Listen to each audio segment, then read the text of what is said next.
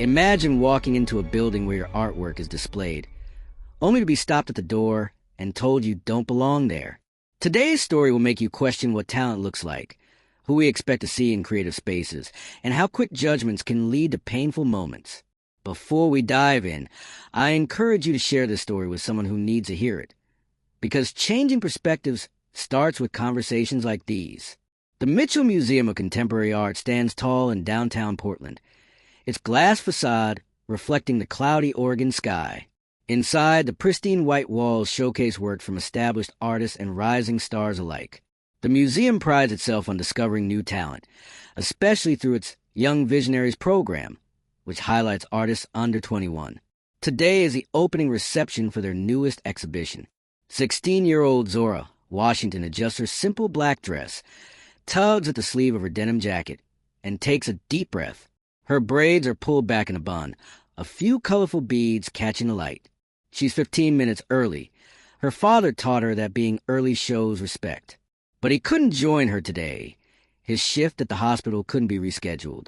Her mother is parking the car, leaving Zora to walk in alone. "This is it," she whispers to herself, staring up at the banner announcing the exhibition. Future Visions. Tomorrow's Artist Today. Somewhere in that building, her collection of 6 paintings, a series she titled Unseen, hangs on those prestigious walls. 6 months of work, countless late nights, and more tubes of paint than she could count had gone into those canvases. She pulls open the heavy door and steps inside. The lobby is beginning to fill with people in cocktail attire, art critics with small notebooks, and photographers testing their equipment. Zora scans the crowd for Ms. Daniels, the curator who discovered her work at the citywide high school art competition. Not seeing her familiar face, Zora heads toward the main gallery. That's when she feels a firm hand on her shoulder. "Excuse me, miss." The voice belongs to a security guard, a middle-aged man with a gray mustache and a Navy uniform. His name tag reads Walter. "Where do you think you're going?" Zora turns, surprised, to the gallery for the exhibition. Walter's expression doesn't change. The exhibition doesn't open to the public for another hour. This is the private reception. "I know," Zora says, her voice smaller than she intends. "I'm supposed to be here." The guard looks her up and down, taking in her simple outfit, her worn sneakers, the only shoes she owns that don't hurt her feet when she stands for hours at her easel. His eyes narrow slightly. "Do you have an invitation?" he asks, his tone making it clear he doesn't believe she does. Zora reaches into her jacket pocket, but her fingers find nothing. The invitation, the beautiful cream-colored card with gold lettering that had been sitting on her desk for weeks, is still there at home, where she'd left in her excitement to get ready. I forgot it," she admits, her heart sinking. "But my name is Zora Washington. I'm one of the artists." The guard's eyebrows rise slightly. "One of the artists," he repeats, his tone making it clear he doesn't believe her. "Right, and I'm Picasso." A few nearby attendees turn to look, their expressions a mix of curiosity and discomfort. Zora feels heat rising to her cheeks. "It's true," she insists, her voice stronger now. "My series is called Unseen. It should be in the East Gallery." Walter sighs, the sound heavy with impatience. "Listen, young lady, I've worked security at this museum for 12 years. I know what artists look like coming to their own exhibitions, and they don't look like—" He stops himself, but his gesture toward her attire completes the sentence. "Like what?" Zora challenges, though she knows exactly what he means. "Like a black teenager in second-hand clothes. Like someone who doesn't belong in these hallowed halls unless she's on a school field trip. Like they forgot their invitation," he finishes lamely. "Now, you can come back when the exhibition opens to the public, or I can call someone to verify your story." "Please," Zora says, "call Ms. Daniels. She's a curator. She knows me." Walter hesitates, then nods curtly and reaches for the radio at his belt. Before he can make the call, a voice rings out across the lobby. "Zora, there you are." Ms. Daniels, elegant in a tailored pantsuit, weaves through the crowd toward them. Her warm smile falters when she notices Walter's hand still resting on the radio. "Is everything all right?" she asks, looking between them. This young lady claims to be one of the artists, Walter explains, his tone professional but doubtful. Ms. Daniels blinks in surprise. Claims to be? Walter, this is Zora Washington. She's not just one of the artists. She's our featured artist for the Young Visionaries Showcase. Her work is the centerpiece of the entire exhibition. The silence that follows feels eternal to Zora. She watches as understanding dawns on Walter's face, followed quickly by embarrassment. His hand drops from his radio. I was just following protocol, he stammers. She didn't have an invitation, and I thought... You thought she couldn't possibly be the artist whose work has had our phone ringing off the hook with press inquiries for the past week. Ms. Daniels finishes. Her voice is calm but carries an edge of disappointment. Walter's face reddens. I apologize, Ms. Washington. I made an assumption, and it was wrong. Zora nods, accepting the apology but not trusting her voice just yet. The knot in her stomach hasn't fully untied itself. Come with me, Zora. Ms. Daniels says, placing a gentle hand on her back. Your mother just texted me from outside. She's parking the car, and there are several gallery owners eager to meet you. As they walk away, Ms. Daniels leans in and whispers, Don't let that interaction dim your light today. What happens next is what matters. Zora takes a deep breath and straightens her shoulders. She's used to being unseen, underestimated, dismissed. After all, that's what her entire painting series is about. The invisibility she feels as a young black woman in spaces like this. The irony isn't lost on her that she just lived through exactly what her art portrays. They reach the entrance to the East Gallery, and Ms. Daniels pauses before opening the door. Ready to see your work displayed? She asks with a smile. Zora nods, pushing the interaction with Walter to the back of her mind. Today isn't about that moment. It's about what she's created and who she's becoming. Ms. Daniels pushes open the door, and Zora steps into a room where her soul is on the walls. Her paintings illuminated perfectly, commanding attention, telling her story. For the first time since arriving, she smiles. The East Gallery of the Mitchell Museum has been transformed by Zora's work. 6 large canvases, each measuring 5 feet tall, dominate the space. Each painting depicts a young black woman in various settings. A classroom, an art supply store, a dance studio, a science lab, a bookstore, and finally, a museum gallery. In each piece, the subject is rendered in vibrant colors while the people around her appear in muted grays, their eyes looking past her as if she's invisible. The technical skill is undeniable. At 16, Zora's mastery of light and shadow, her precise brushwork, and her emotional storytelling through color have already surpassed many established artists. As she walks through the gallery, she overhears snippets of conversation. Remarkable depth for someone so young. The social commentary is striking without being heavy-handed. I can't believe she's only in high school. Ms. Daniels guides her toward a small group gathered near the centerpiece of the exhibition, Zora's largest work titled Gallery Invisible. In this painting, a young artist stands beside her displayed work while museum patrons look right through her. The parallel to what just happened in the lobby is so on the nose that Zora almost laughs. Everyone, Ms. Daniels announces to the group, I'd like you to meet the artist herself, Zora Washington. The response is immediate, eyes widening, exclamations of surprise, hands reaching out to shake hers. Among them is Mr. Harrington, the museum's director, a tall man with silver hair and kind eyes behind round glasses. Ms. Washington, he says, grasping her hand warmly, your work has moved everyone who's seen it. The raw talent combined with such profound subject matter. Simply extraordinary. Zora smiles and thanks him, but her eyes drift toward the entrance where she spots her mother entering the gallery. Denise Washington, still in her postal worker uniform because she didn't have time to change after her shift, scans the room until she sees her daughter. The pride in her eyes makes Zora stand taller. Excuse me, she says to the group. My mom just arrived. As she crosses the room to greet her mother, Zora notices Walter the security guard standing near the door. He's speaking with another staff member, his expression troubled. When he sees Zora approaching, he straightens up and nods respectfully. Zora reaches her mother and embraces her. Mom, you made it. Wild horses couldn't keep me away, Denise replies, squeezing her daughter tight. I'm so proud of you, baby. She pulls back and looks around the gallery. My goodness, look at all this. Look at what you've done. Before Zora can respond, she feels a tap on her shoulder. It's Walter. Ms. Washington, he says, his voice formal but genuine. I wanted to apologize again for what happened in the lobby. There's no excuse for how I treated you. Denise looks between them, confused. What happened? Walter swallows hard. I didn't believe your daughter was one of the artists. I made assumptions based on her age and other factors. Understanding dawns on Denise's face. She's seen this story play out too many times before. But before she can speak, Zora surprises herself by placing a hand on Walter's arm. Do you see that painting there? She asks, pointing to Gallery Invisible. Walter nods. That's exactly what happened today.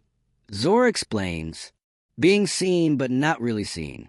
Being present but not really acknowledged. Walter studies the painting, recognition washing over his face. I became part of your art without even knowing it, he says quietly. Art reflects life, Zora replies. And now, maybe life can learn from art. The moment is interrupted by the arrival of journalists. A woman with a press badge and a digital recorder approaches them. Zora Washington? I'm Maya Chun from Art Forum. Would you mind answering a few questions about your collection? What follows is a whirlwind of interviews, photographs, and congratulations. Zora finds herself explaining her artistic process, her inspirations, and the meaning behind her series to people who hang on her every word. The same voice that had been so easily dismissed by Walter is now being recorded, quoted, valued. During a brief lull, Ms. Daniels pulls Zora aside. There's someone I'd like you to meet, she says, leading Zora to a corner where a woman in a stylish blazer waits. Zora, this is Erica Torres from the Harlem Gallery of Modern Art in New York. She's very interested in your work. Erica shakes Zora's hand firmly. Your technique is remarkable, but what truly stands out is your perspective. We're planning an exhibition next fall focused on emerging voices, and we'd be honored to include your work. Zora blinks, processing the words. New York? The Harlem Gallery. It's one of the most prestigious venues for black artists in the country. Precisely, Erica confirms with a smile. Your Unseen series resonates powerfully, but I'm also interested in what you'll create next. As Erica shares more details about the opportunity, Zora's mind races ahead. New York seems like another world compared to Portland. The possibilities and challenges feel overwhelming. Later, as the reception continues, Zora finds a quiet moment near her paintings. The gallery is filled with people now, all there to celebrate young artists, all admiring work that might never have existed if she'd listened to the voices, internal and external, that said she didn't belong in spaces like this. She notices a group of students from her high school art class have arrived, led by her teacher, Mr. Okoye. They gaze at her paintings with wonder, especially Jasmine, a shy freshman who reminds Zora of herself 3 years ago. Mr. Okoye catches Zora's eye and gives her a thumbs up. He'd been the first person to tell her that her art mattered, that her voice deserved to be heard. When she doubted herself, he pushed her to enter the citywide competition, where Miss Daniels discovered her work. Jasmine approaches hesitantly. Your paintings are amazing, she says. I never thought art could say so much. What kind of art do you make? Zora asks. Just sketches, Jasmine replies, looking down. Nothing important. Let me see sometime. Zora offers, because I bet they're more important than you think. As Jasmine smiles shyly, Zora feels something shift inside her, a recognition that her journey isn't just about her own visibility anymore. It's about making sure others like her are seen too. The exhibition continues around her, a beautiful chaos of conversations, camera flashes, and clinking glasses. Through it all, Zora watches Walter, who has resumed his post by the door. This time, though, he's different, more attentive, making eye contact with each guest, especially the younger ones, the ones who might not look like typical museum patrons. He catches Zora watching him and gives a small nod. It's not forgiveness exactly. That will take more than an evening, but it's acknowledgement. And for now, that's something. Ms. Daniels appears at Zora's side with a glass of sparkling water. How are you holding up? It's a lot, Zora admits. But good. Really good. Your work is starting conversations, Ms. Daniels says, gesturing around the room. That's what great art does. It makes people see differently. Zora thinks about Walter, about Jasmine, about the New York opportunity, about all the invisible moments that led her here. I'm beginning to understand that, she says. The evening continues, a celebration not just of art but a perspective, of who gets to create, who gets to belong, and how quickly assumptions can be shattered when talent refuses to be denied. 2 weeks after the exhibition opening, Zora sits on a bench in the East Gallery of the Mitchell Museum. It's a quiet Tuesday afternoon, and only a few visitors wander through the space. Her paintings will remain on display for another month before the exhibition moves to Seattle, then San Francisco. She comes here sometimes after school, just to watch people interact with her work. Today, she's sketching ideas for a new series, inspired by the New York opportunity. Her pencil moves across the page, capturing the outline of a bridge. Not just any bridge, but one that connects two worlds. Excuse me, are you Zora Washington? She looks up to see a middle-aged woman with a teenage girl, who appears to be about 14. The girl clutches a sketchbook to her chest, her eyes wide as she stares at Zora. Yes, that's me, Zora replies with a smile. I told you it was her, Mom, the girl exclaims. I recognize her from the article in the paper. The woman extends her hand. I'm Rebecca Miller, and this is my daughter, Sophia.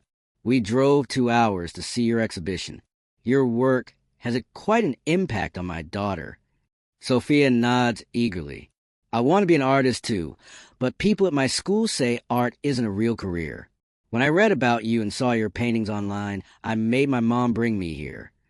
She hesitates, then adds, Would you look at some of my drawings? Something warm blooms in Zora's chest. I'd be honored, she says, making room on the bench. Sophia sits beside her and carefully opens her sketchbook. The pages reveal detailed pencil drawings of everyday scenes, a crowded school hallway, a family dinner, a basketball game, but with subtle commentary on social dynamics. They're raw but show genuine talent and a unique perspective. These are really good, Zora says sincerely. You have a natural eye for composition, and I love how you use negative space. Sophia beams. Really? That means everything coming from you. As they discuss techniques and inspirations, Zora notices Walter entering the gallery. He's not on duty today. He's wearing jeans and a button-up shirt instead of his uniform. He nods at Zora before approaching one of her paintings, studying it with careful attention. Excuse me a moment, Zora says to Sophia and her mother. She walks over to Walter, curious about his presence. Didn't expect to see you here on your day off, she says. Walter turns, a small smile softening his usually serious face. I've been thinking a lot about your work, and about our interaction that day. I keep coming back to look at these. He gestures to the paintings. Each time I see something new. Zora looks at the painting before them. Science Invisible, depicting a young black woman conducting an experiment while her lab partners fail to acknowledge her contribution. What do you see today? She asks. Walter is quiet for a moment. I see my daughter, he finally says. She's 23 now, studying biochemistry. The stories she tells me about her lab work, they sometimes sound a lot like this. He nods toward the painting. I never really understood before. Or maybe I didn't want to. He turns to face her directly. I've worked security here for 12 years, and I've never once questioned who belongs in this space and who doesn't. At least, I thought I hadn't. Zora appreciates his honesty. Have you talked to your daughter about it? Yes. Walter nods. Had a long conversation. She wasn't surprised by what happened. Said it happens to her all the time. His voice catches slightly. As her father, that's hard to hear. Before Zora can respond, Ms. Daniels approaches with a tall man in a tailored suit. Zora, I'm glad you're here. This is Marcus Jenkins from the Portland Arts Council. They're launching a new youth mentorship program, and they'd like you to be involved. The next 30 minutes are a blur of exciting possibilities. The council wants Zora to help design a program that would bring art education to underserved schools across the city. They secured funding for supplies, transportation, and even stipends for student participants. We want to remove the barriers that keep young people from seeing themselves as artists, Marcus explains. Your experience and your work embody exactly what this program stands for. When they finish discussing details, Zora returns to find Sophia still waiting, her mother chatting with another visitor nearby. Sorry about that, Zora says. It's okay. You're important now, Sophia replies with a grin. The words catch Zora off guard. I'm not important, she corrects gently. My work is important because it says something that needs to be said. And your work can be important too. She tears a page from her own sketchbook and writes down her email address. Send me photos of your new drawings sometimes. I'd like to see how you develop. Sophia accepts the paper with reverence. I will. I promise. As Sophia and her mother leave, Zora notices a school group entering the gallery. The students are younger than her, maybe 12 or 13, from a local middle school. Their teacher, a young black woman, gathers them around one of Zora's paintings. This series is called Unseen, the teacher explains. The artist created these works to show how it feels to be overlooked because of who you are. A boy raises his hand. But people can see her in the painting. She's right there. That's the point, the teacher replies. Sometimes we can look at someone without truly seeing them. This artist is asking us to do better. Zora watches, unseen for the moment, as the students engage with her work. Their questions are thoughtful, curious, unfiltered by adult assumptions. One girl stands apart from the group, staring intently at Gallery Invisible, the painting that mirrored Zora's experience with Walter. There's something in her expression that Zora recognizes, a hunger, a recognition, a spark. The museum director, Mr. Harrington, approaches Zora quietly. Quite a difference from opening night. He observes, "In what way?" Zora asks. Opening night was about celebration. This, he gestures to the students, to Walter still studying another painting, to a couple engaged in deep conversation before Classroom Invisible. This is about transformation, art doing what it's meant to do. Later that afternoon, as the museum is about to close, Zora packs up her sketchbook. The past 2 weeks have been life-changing. The New York opportunity, the mentorship program, the emails from young artists across the country who saw her story online. At the museum entrance, she passes a security desk where a different guard now sits. The woman smiles and nods. "Have a good evening, Ms. Washington." Just outside, she finds Walter waiting by the steps. "Heading home?" he asks. "Yes," she replies. "You?" "Same." He hesitates. "I want to let you know that I've enrolled in a community workshop on cultural awareness. The museum is offering it to all staff, but..." He shrugs. "I signed up first." Zora nods, appreciating the effort. "That's good." They walk in comfortable silence for a moment before Walter speaks again. "You know, my first day back after the opening, the director called me into his office. I thought for sure I was getting fired." He chuckles softly. Instead, he asked me to help develop new training protocols. Said my mistake could be valuable if we learn from it. "That's what art does," Zora says. "It creates spaces for mistakes to become lessons." As they reach the bus stop, Walter extends his hand. "My daughter's coming home this weekend. She's interested in seeing your exhibition. If you happen to be around the museum..." "I'd like to meet her," Zora says, shaking his hand. "Tell her to look for me by the paintings. I'll be the artist that belongs there."